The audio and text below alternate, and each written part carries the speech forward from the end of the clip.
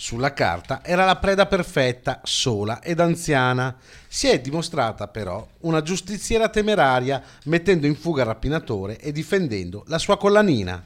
È successo a Padova, in zona Stanga, giovedì sera. Una signora di 83 anni sente bussare alla porta di casa. Quando la apre si trova davanti un uomo sulla trentina che prima cerca di essere cordiale per distrarla e poi con un veloce scatto le strappa la catenina d'oro che portava al collo.